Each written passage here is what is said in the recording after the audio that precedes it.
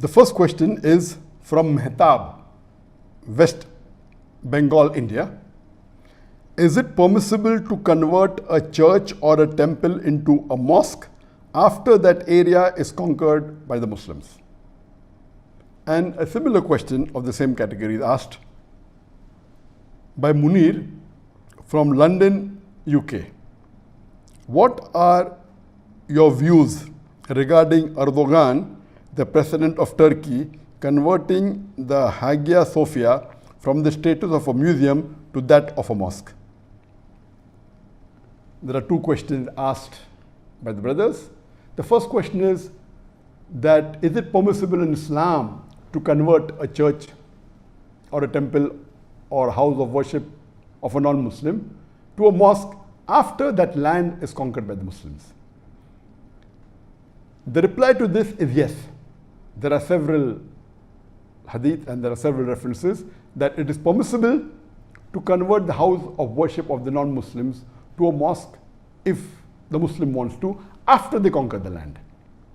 But regarding those places of worship where there is a contract with the non-Muslims, for example, if a non-Muslim has a contract with the Muslims and they have a treaty that we accept you as our rulers, or if the non-Muslim they surrender and they agree to be under the rulership of the Muslims, then these non-Muslims are called as dhimmi.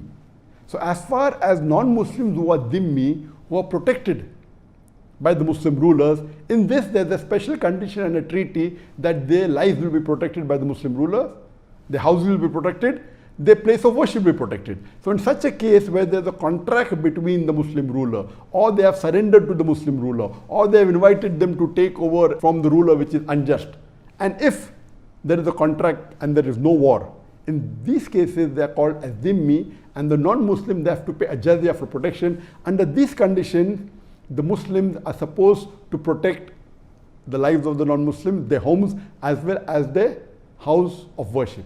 But they cannot build new house of worship which belong to non-Muslims. They cannot expand it, but they can keep it. And here, the Muslims will not touch the house of worship of the non-Muslims. But if the Muslims conquer the land, in this case, it is perfectly permissible for the Muslims to convert it into a mosque. As far as the second question is concerned, that what are my views regarding the issue that has taken place today? And we know that the court has given the verdict, and Erdogan, the president of Turkey, has said that the Hagia Sophia, which was a museum, would be reverted back to a mosque.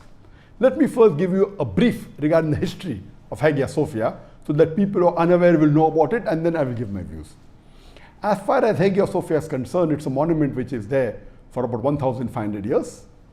It was built by Emperor Justinian I in 537 CE.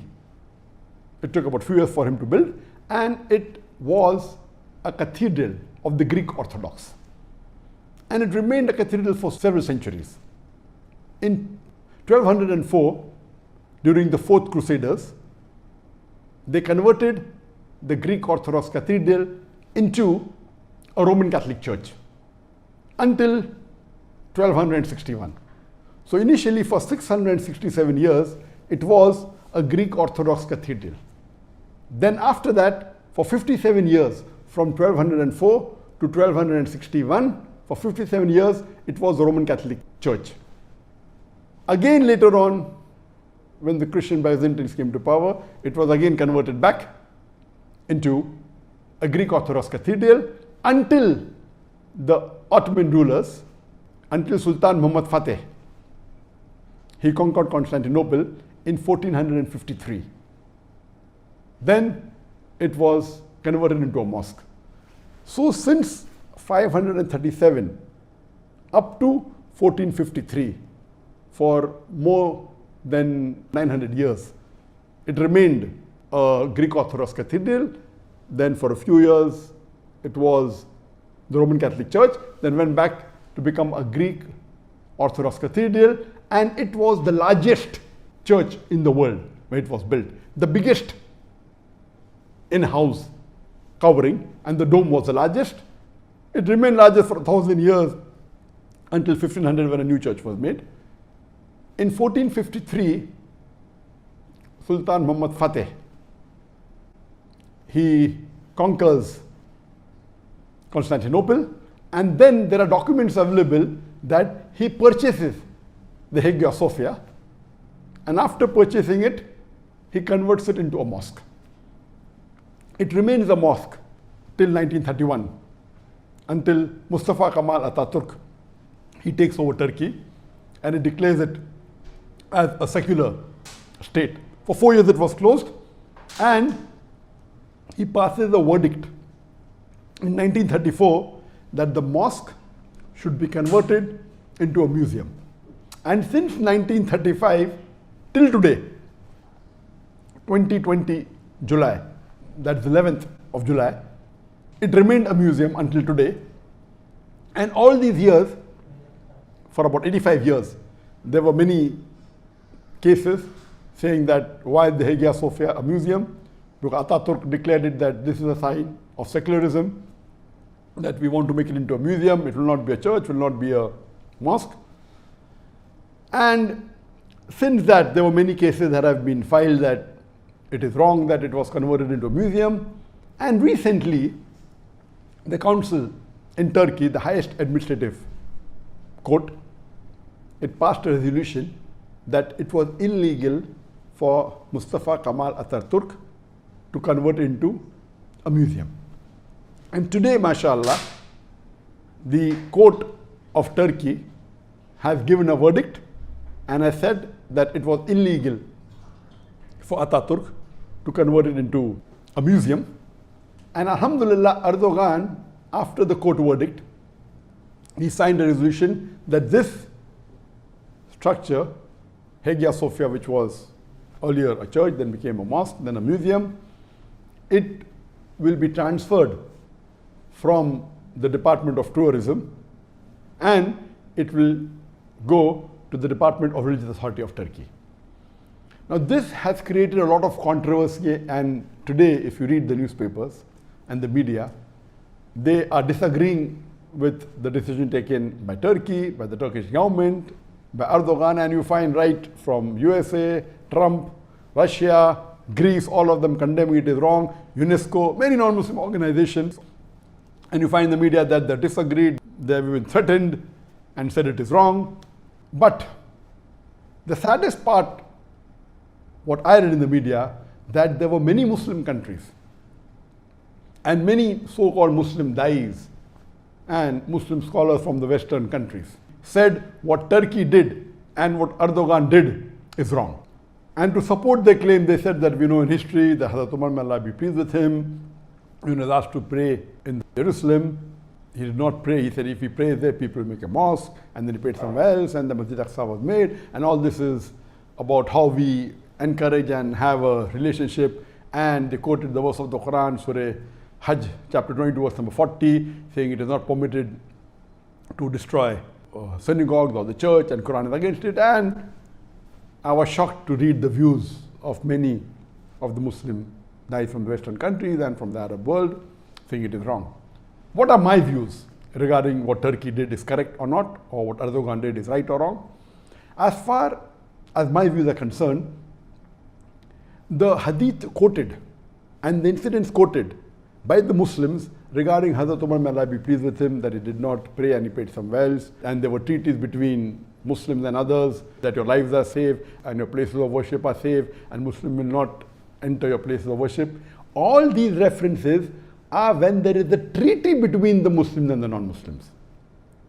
As I mentioned in the first answer to the first question, that can a holy place, a church or a temple, be converted to a mosque? After it is conquered, the answer is yes. Only if there is a treaty between the Muslims and the non-Muslims, or if the non-Muslims surrender, or they are dhimmis, non-Muslim living under the law of the Muslim rule, Islamic rule, that is the only condition where the Muslims give them security and they are paying a jizya. As far as when the Ottoman rulers, when they conquered Constantinople, it was a conquest, it was a war. So it is wrong to give examples of a treaty between the Muslims and non-Muslims and say that same way Turkey should manage it, it's totally wrong. So if there is a conquest, if there is a war, and if the Muslims rule, and this is a common law all over the world, we find so many non-Muslim rulers, when they conquer the land, they occupy the mosque. Many of them demolish the mosque. You have example of the Crusaders. The best example is Spain. There were hundreds of mosques and most of them were either converted to churches, or they were made into museums, or they were destroyed. Hardly you find there was not a Muslim who could openly give the azan. Why don't people object to that? So this was a normal law that once you conquer, that becomes your land. So once it becomes your land, you have a right to do what you want to do. Later on, after World War I, World War II, then the Geneva Convention, all that is later on. So before that, the rule was once you conquer a land, it becomes part of your land and you can do what you feel is right. So based on that, this was a conquest done by Sultan Muhammad Fateh. And in a conquest, they have a right to keep the house of worship, to convert into a mosque. It is a right, and you find several examples. In fact, if you read the hadith of the Prophet ﷺ, I'll give you one incident which I don't want to give it, but to reply to these Muslims who are attacking Turkey and attacking Erdogan, that if we read the seerah of the Prophet, if we know in the seerah of the Prophet, when Muhammad ﷺ migrated to Medina and later on he came back to Makkah, during Fateh Makkah, what did he do? When he came back with about 10,000 Sahabas and it was a victory, the first thing he did was he went to Kaaba, which was the house of worship of the non-Muslims. There were 360 idols in Kaaba. He went in the Kaaba and recited the verse of the Quran from Surah Isra chapter number 17 verse number 81, which says that وَقُلْ جَعَلْ حَقْ وَزَاقَ الْبَاطِلِ إِنَّ الْبَاطِلَ كَانَ زَهُوقًا. When truth is hurled against falsehood, falsehood perishes. For falsehood is by its nature bound to perish. And he destroyed all the idols. Imagine today if the non-Muslims object and say, what you did is wrong. Will the Muslims agree to them? It was a house of worship of the non-Muslims, right or wrong? Yes.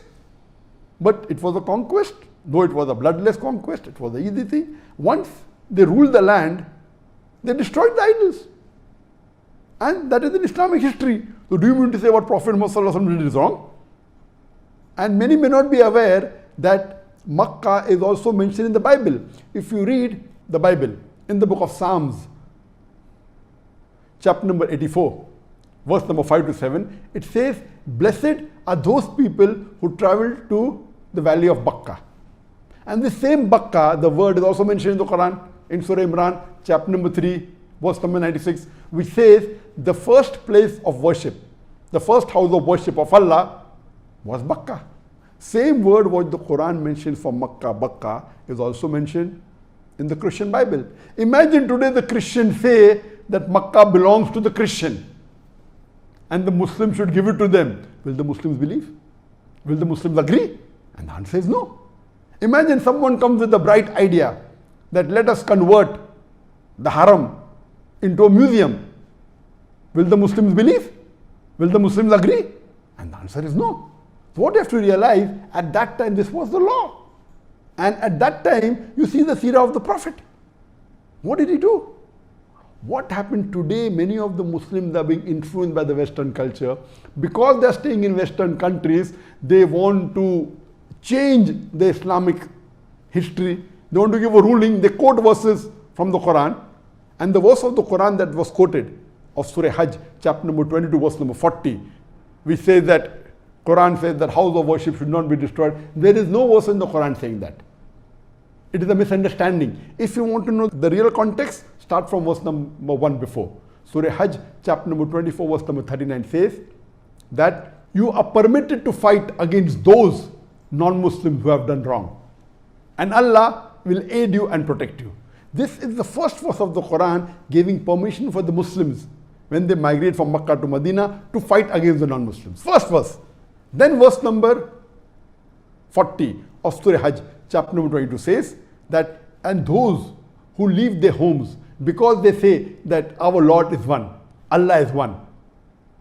And it continues that if Allah wouldn't have checked one force with the other, then the churches and the synagogues and the mosques where the name of Allah is taken would have been destroyed.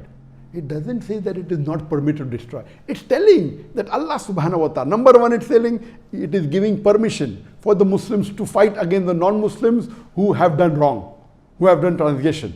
And then it says that those Muslims who leave their home because they believe in Tawheed, believe in one God, Allah is there to protect you. And then it says, if Allah wouldn't have checked one group against the other, then the places of worship, like the synagogue, like the church, like the mosque, that would have been destroyed. Giving indication, doesn't say that you cannot destroy. For knowing the real meaning, go to the tafasir.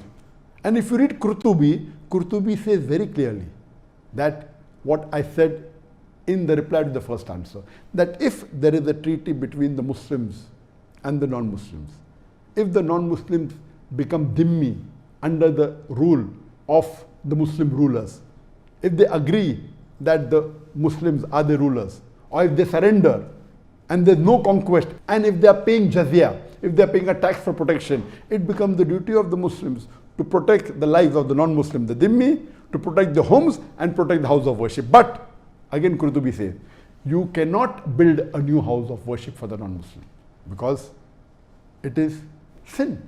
But what is there, it can remain. They cannot expand it also. So if there is a treaty, or if the non-Muslims have surrendered, in this case, yes, you cannot occupy it, you protect the house of worship, but cannot build a new one, cannot expand it. But in conquest, if there is a war, and if the conqueror is there, then it is the right of the Muslim ruler to do what he wants, because that becomes part of his land. So please don't quote some hadith which is out of context. And there are several hadith of the beloved Prophet Muhammad where he told the Sahabas that go and destroy the idols. Several. He has told Khalid bin Walid, may Allah be pleased with him, go and destroy the idols. There are several. He has told Hazrat Ali, may Allah be pleased with him, go and destroy the idols. There are several hadith in Bukhari, in Muslim. Muhammad himself destroyed the idols in Makkah.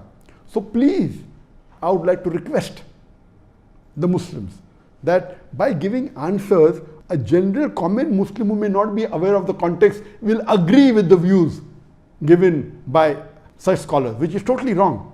Is there any scholar, Islamic scholar, who can deny that the Prophet broke the idols? Is there any Islamic scholar who can deny that the Prophet told Hazrat Ali, may Allah be pleased with him, the fourth caliph of Islam, told Khalid bin Walid, may Allah be pleased with him, and many of the Sahabas then go and deface the idols? There is one more hadith in Bukhari and Muslim. It's mentioned in Sahih Bukhari, hadith number 3020, as well as Sahih Muslim, hadith number 2476, where Jarir ibn Abdullah, may Allah be pleased with him, one of the Sahabas, he says that the Prophet, peace be upon him, he called me and he told me that, will you relieve for me the Dhul Khalsa? What is Dhul Khalsa? Dhul Khalsa was the place of worship of the non-Muslims in Yemen. It was also called the Kaabatul Yaminiya. Kaabatul Yaminiya means the Kaaba of the Yemen. And in it there were idols. He said, will you do a favor for me? Will you destroy it for me? Then Jarir ibn Abdullah, may Allah be pleased with him, he takes with him 150 horsemen and he burns down that house of worship. It's a hadith, a Sahih hadith in Bukhari and Muslim. I don't want to tell this, but it is there. That means the Prophet commanded not only to destroy the idols, he even asked them to destroy the place of worship. So when the Muslims are conquering and when they rule that land, it is permitted even to destroy the place of worship. Now this, if you say Quran says you should not destroy churches and synagogues, do you think the Prophet went against the Quran? The context is wrong. That is when there is the treaty between the Muslims and the non-Muslims, when they are dhimmi, when they are under the rule of the Muslims. But generally, it is a fard to destroy the idols if the Muslim conquers a land. And if there are idols, it becomes a fard. And you have several examples of Sahabas doing that. It is umpteen number of hadiths are there. So to try and misguide telling that it is not permissible is totally wrong. But destroying the temples or the house of worship is not a fard. But if required, if it's causing a problem for the Muslim ummah, the Prophet has commanded that. So how can you say it's not permitted? So what I would like to say, that many a times Muslims living in the Western country, or even some of the Muslims in the Arab land, trying to be soft to the non-Muslims and trying that they are the one who will support them, they are the one who are going to fund them, etc. They are going to protect them. Many a time they give verdicts which is against the Quran and the Sunnah. Be careful. If we are going to go against our Muslim brother, Erdogan, the president of Turkey, or against a Muslim country, there are hardly few people today, Muslim leaders, who can really try and revive the Sunnah. And as I said in my earlier answer, that I don't know of any Muslim leader which is anyway close to Muhammad Sallallahu Alaihi Wasallam or anyway close to the Khulafa Rashidin, the way they ruled or how they were political leaders. Nowhere close, not even 1%. Now if one Muslim brother is doing something which is there, which is permitted, why are the Muslims against him? So as far as my view is concerned, Alhamdulillah, what Turkey did is completely correct. And if you agree that Muhammad Fateh Sultan, he purchased the mosque. Today we know there are hundreds and thousands of churches in different parts of the world, in the Western countries, in UK, in Europe, in America, which have been purchased by the Muslim organizations. If you say that after you purchase you can't make it into the mosque, that means the Muslim living in the Western country will have to give up all these mosques to the church. If few centuries back, Emperor Sultan Muhammad Fateh purchases, buys with his own money, and that was one of the reasons. So here we're not talking about conquest, it is purchased. We're not talking about war. It's permitted. After war you can convert it. Here he purchased it. There are documents. So the court in Turkey said, seeing as the documents, if there was a case filed, that what right does Kemal Atatürk have to convert it into a museum, the highest authority in Turkey, it's a legal verdict, said what is done by Atatürk is wrong. Now what is bothering USA or Russia or Greece? How can they object? How can they interfere in the personal affairs of Turkey, a Muslim country? And why are the other Muslims supporting the non-Muslims? It is totally wrong. As far as I am concerned, whatever Turkey did is correct. It is permitted in Islam. It is Mustab, Alhamdulillah. It was a mosque for several years. It was purchased. If I don't support them now, I'll have to tell all the thousands of mosques in the European country and in USA and in Canada, which have been purchased from the church authorities, even they have to give them up.